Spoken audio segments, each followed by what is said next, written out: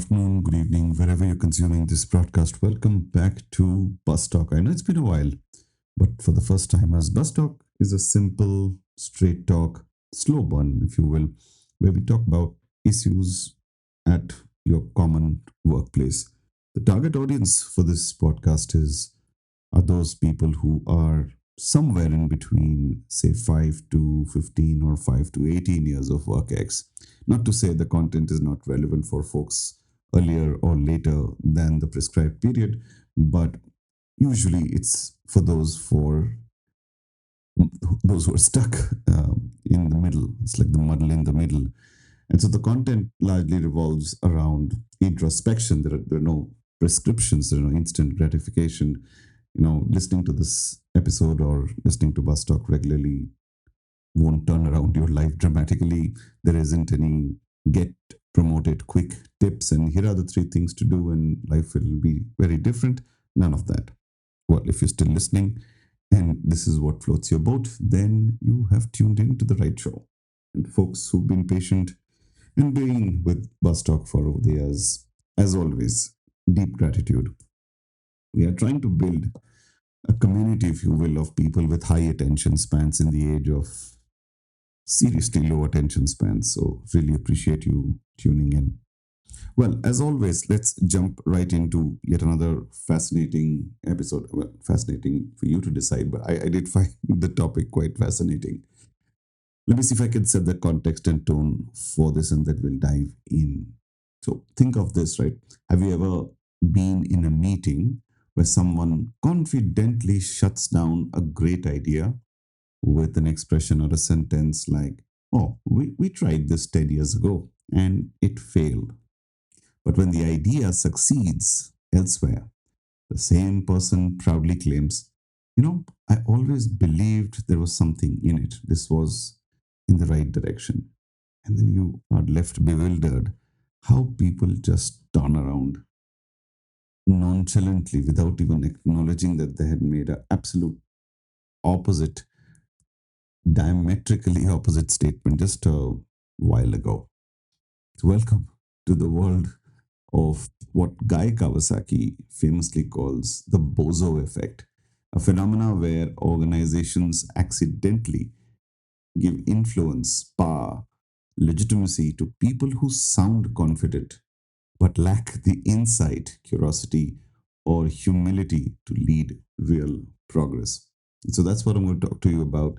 As always, nothing is prescriptive in this. There will be some tangent references and go in multiple directions. But at the end of it, I guess your takeaways should be: do you know a bozo around you? And then what is it that you do to coexist, navigate, dodge, avoid, or deal with such people? And if you happen to be one, this could be a real eye opener. So let's jump right in.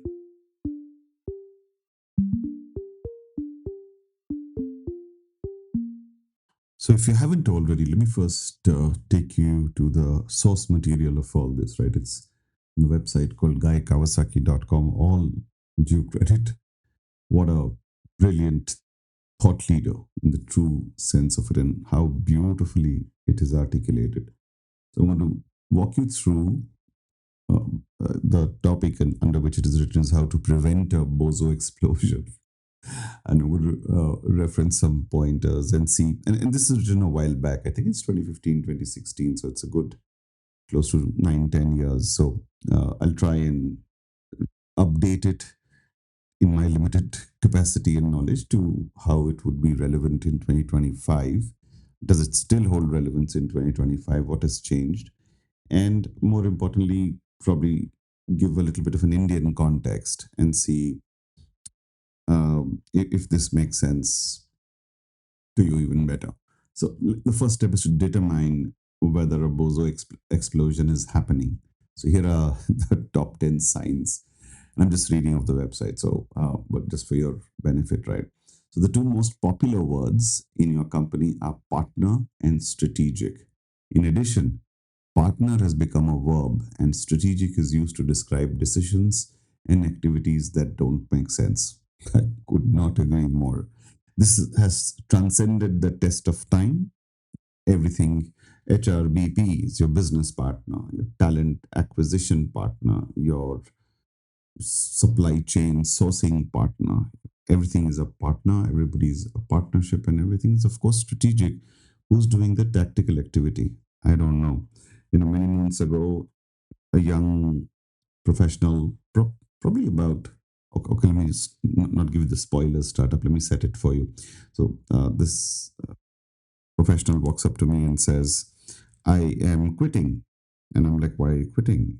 I'm like, I don't see growth. It's like, what do you mean you don't see growth? Like, I wanted to do something more special. It's like, what stops you? No, I'm not able to do strategy. It's like, wow. How many years have you been with the firm? Said about 14 months. Awesome. And how long have you been working? 14 months. Like, okay. So you want to do strategy and in your job function? No, no, I want to do strategy, re-strategize for the company. Like, it's a noble thought. I encourage you, but maybe you want to first execute the job description given to you. The person quit soon after, and it left me wondering: did I just nip a budding strategic talent right in the bud? No, it's an age old debate. Right? The woke people will say there is age has nothing to do with experience, and then the other set will say there is no compression algorithm for experience. Right? There's certain things that your ability will supersede the number of years that you've spent under the tube lights, as it were. And then there are certain things that no matter how long you spend, it's just not enough. And so, yes, the traditional definition is, of course, you could do strategy, you could contribute, but where you are at an early career stage, 3 years, 4 years, 5 years. And of course, it is also dependent, I must add, to the size of an organization. Uh, the example that I was giving to you is of a very large organization, upwards of 10,000 employees. So you can imagine. So it's difficult to, and I'm just trying to lend some, you know, credibility to indulgence, if you will. But there are lots of listeners who are in the 5, 7 years of work experience. So it's for some of you guys, right? So it's not wrong. You're not at fault to want to contribute to the company. But 5 years is the trouble with just 5 years is the folks who've done around 20, 25, they would have seen a lot of ups and downs and cycles, and they will have a lot of accrued knowledge. And if you want to formulate strategy for the company, a lot of the accrued knowledge helps you formulate a strategy. In simple terms, what that means is you know what not to do. Whereas when you're young in your career, you want to do everything. So sometimes it's good to be a little more patient and wait your time to do strategy. There's nothing wrong in excelling at tactical efforts that has been assigned to you as part of your BAU job description. And then eventually, if you are really gifted and you have the insight and you've studied and gone very deep and have something different to offer as a strategy, most organizations, if not all, most organizations have either a platform, forum, suggestion box, or nothing stops you from the next town hall meeting walking up to your leader and saying, "Hey, did you know I was thinking about this?" So not everybody is bad. Not everybody is like waiting to dismiss you off. So there's no harm in saying that, why aren't we doing it this way? So don't kill that spirit in you that you wanted to do strategy, even though you're 2 years into your career or business. But also, if you don't get the opportunity to execute whatever you thought as strategy, that doesn't mean the company is bad, the manager is terrible, and everything around you is bad, and you should quit and go. So, so strategy or strategic, and so many of you. have, I mean, just look at your resumes, like 4 years experience, 7 years experience, strategic expert. Like, bro, and I'm going the Gen Z language, I guess. It's like you don't want to overuse or abuse the word strategy, strategic. Don't use it loosely. I mean, I would take my resume very seriously, and I suggest you take it seriously as well. Even if you're one of those who are the 18, 20 year mark, if you haven't necessarily executed, designed, formulated, or been part of a strategy session, I would probably think not to have strategic or strategy mentioned. Because if there is an interviewer who just just wants to do a triple click on that. Yeah, that's over. Not double click, triple click. They're going to ask you three, four whys. And if you are found wanting, then a job that could have been yours would not be yours. So use it judiciously, use it carefully, and use it if you really mean it. Next, management has two-day offsites in places like the Ritz Carlton to foster communication and to craft a company mission statement. Yeah, that thanks to pandemic, the general cost cutting nature, this probably has gone down to a certain extent. I'm thinking probably 2014, 2015, the markets were all green, bubbly, it's just post the subprime crisis, the market was rebounding and doing well. There were lots of offsites and money was being spent. And one can argue, and I've seen those times as well, even the frequent offsites and all that were happening in the year 2015, 2016 were much less in number as compared to the ones that were happening in 2005, 2006. So all those guys working in multinational large organizations around that point in time, wow, wasn't that the golden period? Offsites, weekend getaways, training sessions, wellness, I mean, what have you? Wasn't that the five-star life that you were having? And progressively, that five-star has come down to a small business hotel and probably now a service department or category or equivalent category. And so, yeah, so the 2 day offsites have reduced in number across the board. They still happen in many organizations, but like I said, probably one change to that. Next, the aforementioned company mission statement contains more than 20 words, two of which are partner and strategic. Yeah, I mean, well, not to take things too lightly as well. You do need to partner. You do need to be strategic. I think what, simply put, what means is while you go in a particular direction, it has to be well thought through. I think that is what the essence of strategy is. Did you think through what you're about to do, the resources you're about to engage, the outcome of that, and what if it fails? And therefore, when you strategize, you have to factor in at least 100 things. That's the reason why it is so difficult. So basis those considerations, reductions, deductions, inferences, you come down, you come up with a complex strategy, and then the brilliance lies in breaking down that complexity into simplicity to the point that that one strategic statement sounds so simple, it almost could be very misleading, that you think, man, how could such smart big people come up with such a silly statement?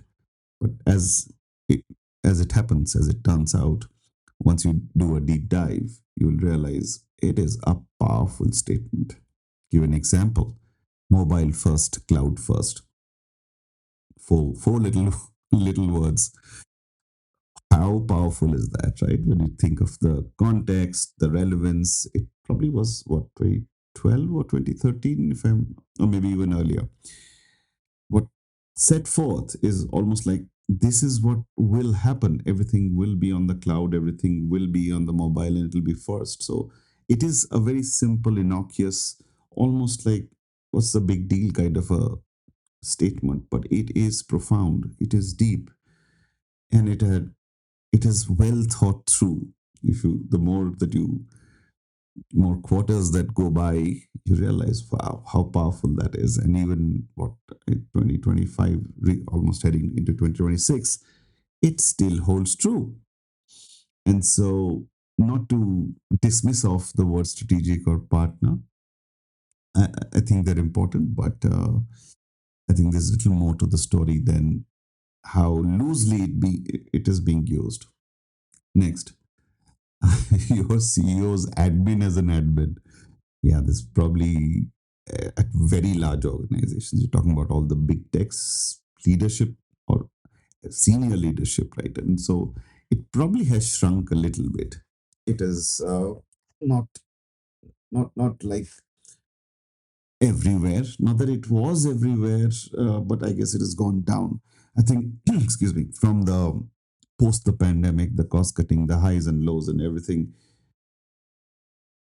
because the revenues haven't gone up so much. Many people have gone or doubled down on reducing operational costs. And so maintaining the margins becomes very, very important, right? So, yep.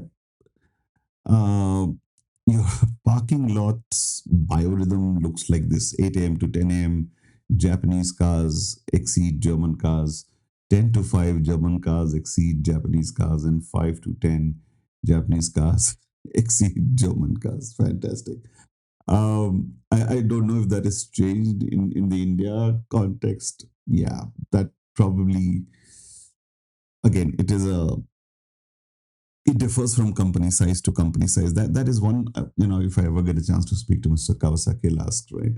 Did you have these with a reference to a large organization? Because a lot of this probably might not be applicable to mid-size organization or small organization. So I suspect it is to do with big global multinational organizations. So large part of that still probably exists. Now with the advent of Tesla, I think one more addition will probably come in the 10 a.m. to 5 p.m. that American cars or German cars exceeded Japanese cars that exceeded the American cars, something on those lines. So that could have been a change there. Next, your HR department requires an MBA degree for any position. It also requires 5 to 10 years work experience in an industry that is only 4 years old. Like, that is like hard hitting. And I'll give you a lot of examples, right? So once this recruiter, this is around 2015 or 2016. So a headhunter calls me, like, are you looking for a job? Again, I'm paraphrasing, so bear with me on that. Are you looking for a job? I said, well, I'm passive, not very active, but I'm happy to listen if there is something out there. No, but the first thing you got to tell me that are you keen or not? I said, what's it that you want? We're looking for people who have 10, 12 years of cloud industry experience. I'm like, bro, in 2004 or 5, cloud did not exist in the form it is now. So how would you find such people? Like, oh, I, did, I didn't know that. This happens so many times, like it is happening right now when recruiters or many headhunters call and like, we want somebody with 10 years or 15 years of relevant AI experience. Like, yeah, of course, if you technically look at it, AI existed since, 1970s, if you will, or even earlier. But it didn't exist in the same size or form that it is now, right? So the relevant AI that is happening now is perhaps post 2017, 2018, and even more so close post 2021, 2022. So to ask for extensive, in-depth experience in that niche segment is often a function of oversight, ignorance, just put it out there, that kind of stuff, right? So that still continues. And of course, this is a very India favorite thing. Your HR department requires an MBA, not just, I'll add to that, not just an MBA. They're so discriminatory. They say they want MBAs only from IIT, IIMs, and tier 1 B schools, as if tier 2 B schools are terrible and bad, as if There are no good students. I mean, I think Mr. Nadella, not from an MBA standpoint, but from purely from an engineering institute standpoint, kind of broke that myth that all brilliance does not necessarily have to come from the IITs. It can come outside of that too. And I'm sure there are many other examples, but I'm just citing one that's top of mind. And so this requirement of having MBA no matter what, uh, in many organizations without taking names. And guys, you know the disclaimers, right? Especially the first timers. Whatever content that you hear on in this podcast in this channel is my individual personal opinion. It is not a reflection of any of the outfits organizations I've worked in the past, present, or perhaps even in the future. So keep that disclaimer in mind. This is just a friendly discussion at a personal level. So many organizations even ask you to show, or I don't know if they still have, or they've changed it or not. But I do recall some of my friends mentioning that they wanted your grades to be above the 75th percentile from class 10. So your class 10 mark sheet should have been above 75, and then 12 should be above whatever 80, and then so on and so forth. That is, I mean, think of this, right? With such stringent disqualification methods, the outcome of this is it's basically a filtering mechanism. One gets that, right? That there'll be 3,000 people who will apply, and then suddenly, if you put in these filtering criteria, then you are down to maybe 500. Even that is a lot, but you know that these 500 are at least very good academically. That could have been the thought. But the flip side of that is you have a herd mentality mindset that you're bringing in people with almost very identical backgrounds, and therefore leaving no room for innovation or scope to think differently or challenge status quo and so on and so forth. And that is evident in many of the large Indian multinational organizations. They, it's like until very recently, when I say recently, well, before 2020, a lot of the senior HR folks won't even talk to people who are just graduates, like Bachelor of Arts or Commerce. Do not talk to them. Like, unless you're a, I mean, I've heard people say if you're not an engineer MBA, then the company won't even hire such people. I was like, what is wrong in that case? You know, some of the top tech professionals today globally would never have gotten through. Think Larry Ellison. He wouldn't have made the cut today, would he? And so would so many others. And so the trouble often is you do need an MBA if you plan to have a specialization. For example, you need an MBA finance, or if you're hiring for a investment banking role. Yeah, that the likelihood of someone who's just done something to chemical engineering, if you will, going into investment finance, that happens too. It's not that it hasn't happened. It's kind of difficult. So I think right now with the modernization, the technology, the availability of information, the general uplift of the professional, is MBA the determinant factor? I don't think so. I don't think so. And I've come across so many such people who have just done MBA as a gate pass mindset without really fully appreciating the value, the importance of the subject, the expertise, the outlook, and so they've just gone on. And there are lots of people who have done their engineering in mechanical engineering and then done MBA in finance and then joined perhaps a bank.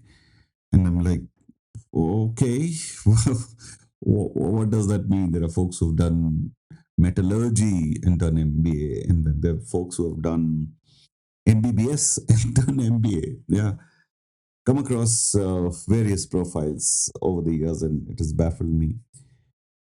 Is it is necessarily a bad thing? Perhaps not, but do you really need it? I don't think so.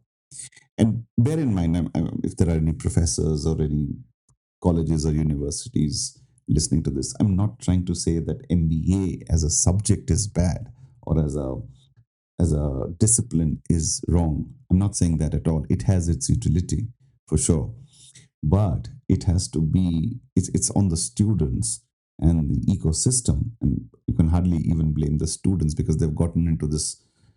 Me too. I will also do MBA because some my neighborhood, 10 kids in the neighborhood did the same. So why should I be the one left out? And so the parents actually largely influence that decision. That what do you mean you won't do an MBA? You have to do an MBA. And so what I'm trying to say is perhaps that worked in 2010 or maybe earlier, 2004, 5, when the market dynamic situation was very different. But if you fast forward now in 2025 and say 2030, in the foreseeable 4 years, if you're going to be in a generalist role, it is a good to have, but not mandatory.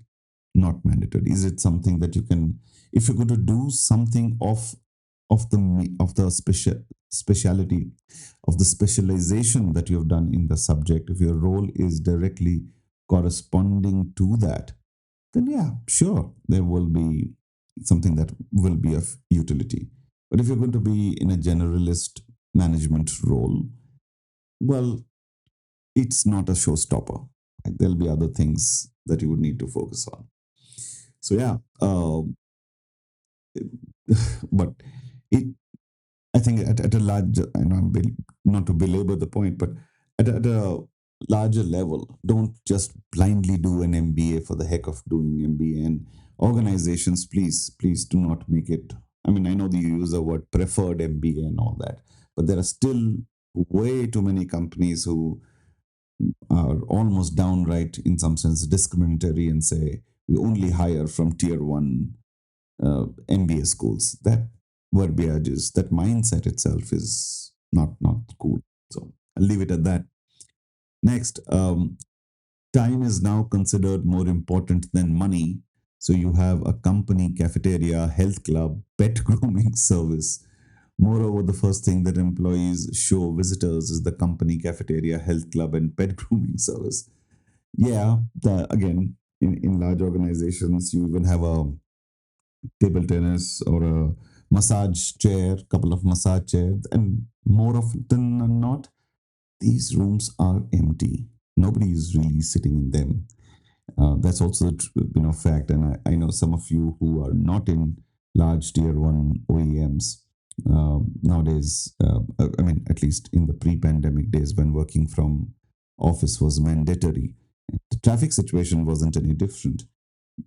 One would spend anywhere between 10, 11 hours on an average in the same place. So having a good cafeteria is not such a bad thing. A health club, a pet grooming service. I haven't heard about the pet grooming service though. It must not so much in India, right? So, but yes, massage chairs, sleepy bean bags, all those things were there. And once in a while, that's not such a bad thing. I mean, even if you don't have this fancy office, if you just have a quiet place to unwind for a bit, uh, I think that's a good thing. It's not a bad thing. Those who can afford it, right? So that still holds. Next, someone whose music sells in the iTunes music store performs at the company Christmas party.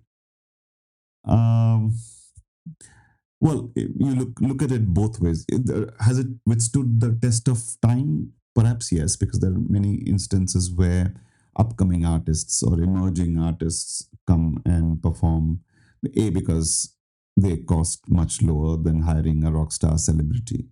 But B, they are actually talented, so they get a platform and an opportunity. So nothing wrong with that. Um, but I think the underlying fact is it is also true that many don't turn out as good or as well, and there are cringe-worthy moments as well. Uh, and some companies have even transcended where they say, let's do a internal talent show, and there are people who genuinely have some talent, and there are those who don't. Somehow we only remember those people. I know it's wicked on our part, but we only remember those people who are terrible on stage. But hey, makes for a lot of entertainment. Next, an employee is paid to do nothing but write a blog. Wow, the marketing folks, the content folks would just cringe right now. I mean, it is true that there are many roles which you go, wow, is that what you do? I think with the advent of AI and GPT and stuff like that, those roles are under threat. Those roles need to do something different. When I say threat, meaning, well, I don't now need to invest in you, and I can get it done myself or with lesser people or whatever. And so I think the trend that I see now is they try to make something sound very quote unquote strategic and important when it is plain and blasé, if you will. Like you're just writing a one pager, 500 words about an event. It need not be termed as a very strategic insight document into the trends and analysis and big use fancy words and all that. So sometimes there are many roles which are hyped up to look more important than they actually are. That is true. It is. I'm going to give you a sales example, if you will, where a lot of the field sales folks are often made to believe that they do a job which is God's gift to humankind. And conversely, the folks who do inside sales are made to feel that that's just low life. That is just nothing there. I could have done without inside sales and all that. And so both in both these cases, the hype around it or the perception around it is completely uncalled for because field sales folks are as important as the inside sales people. But yeah, those roles do exist where people just make it sound larger than it actually is. Next, the success of a competitor upsets you more than the loss of a customer. Wow, that has withstood the test of time, hasn't it? And I would probably even relate it to colleagues. I mean, how many times have you felt that you deserve that promotion, and here you are at the same place, same position, and someone less competent than you is at a higher role, position, earning much more? It must not have escaped your attention, I'd imagine. Be honest, right? It has. So this is the human nature. Does it happen at a company level? I think it does. There are times when you get this dopamine rush when you have won over a customer that your competitor was desperately trying to get. The reverse is also true. When you lose a customer to your competition, you feel hurt more about losing to competition than not being able to win over the customer. That happens. I would doubt if anybody has reached that nirvana stage and said, none of this matters and all that. I'm sure there must be some people, as are exceptions in every cases, but by and large, this has withstood the test of time. Uh, Next, and the last two, three, right? So, and he calls them as addendums, DUMBS. So there are 10, and now is added three or four more, I think, as afterthought. If you have a layer of middle management who worked at big name companies, usually consumer goods, who like to call meetings and designate project leads. Yeah, name dropping happens. And when I was in that company, we used to have this. And when I reflect on my career, completely guilty as charged. There are many a times that one reflects back on the times gone by, and when you bring up that almost inadvertently, you don't intend to kind of. It's not about flexing. It's not about show off. It's like that compare is so hardwired in your head because you were also early in your career, so you're more impressionable. So this is for those folks who probably are at the 20-year mark or little more than the 20-year mark. Tell me, do you not remember uh, fondly the best part of your career perhaps was the earlier part of your professional life, like those who are in the 5 to 10 years of right now. Perhaps this is the most fun part of your career because you'll make friends, you will bitch about your bosses, you will you will crib and complain about the system, and then party the night out completely and forget everything else. I think somewhere, some of the moments spent in those years, and of course, different people have different phases of enjoyable periods of their career. And the subtext to that is, or a side note to that is, do we have people who have always a great career trajectory? I guess if you are one of those, love to meet you. And I don't say it sarcastically. I truly, if you leave a comment, you know where to reach me, right? You can reach me on LinkedIn. You can leave a voice message. You can send me a tweet on Ionisms, AAYANISMS. So leave me a message that, yeah, I've always had a great career and always happy memories. But for us lesser mortals, it has always been a particular phase which was fabulous, really enjoyed every bit of it. And then other parts have been less enjoyable. And so uh, one does reminisce the best practices from your previous organizations into your current setup from time to time. Perhaps one should not overdo it, right? Then it sounds flexible. So I'm cautious and careful that I don't overuse that. But yeah, it does come across. So again, yet another gem from Mr. Kawasaki that has withstood the test of time. And who like to call meetings and designate project leads. Yeah, organization, structure, process. When you work at an organization which has got a process for everything, even if you had to go to the cafeteria and order food, there's a process for that. You get very frustrated from time to time that why is there no freedom? Why could I just not follow 10 steps to get to the end? I could just go there and get it in three. And then you'll end up in an organization where there are no processes.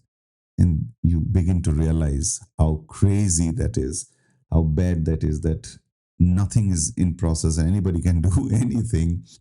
And it is absolutely a jungle out there. So it's always about the opposites. Next, your hire a big name consulting firm who brings in MBAs with 1 year experience to rethink your corporate strategies. Oh boy, we did mention this at the top of the conversation, so I won't go in detail. Again, nothing wrong in hiring MBAs, nothing wrong in having young talent question the system, but many organizations tend to overestimate their contribution just because they want to sound inclusive and woke and all that. I mean, they they let them bring in the enthusiasm and energy and come up with even if it is stupid or silly ideas. Nothing wrong with that. There is a platform and forum for it, but to overestimate that is perhaps not required. That's my thoughts. The penultimate one: the front desk staff gets better looking and less competed. Oh damn. Oh well, I have come across, and if you have seen Suits, the Netflix series, the legal series, there's a character called Diana, if I'm not mistaken. Donna, sorry, Donna.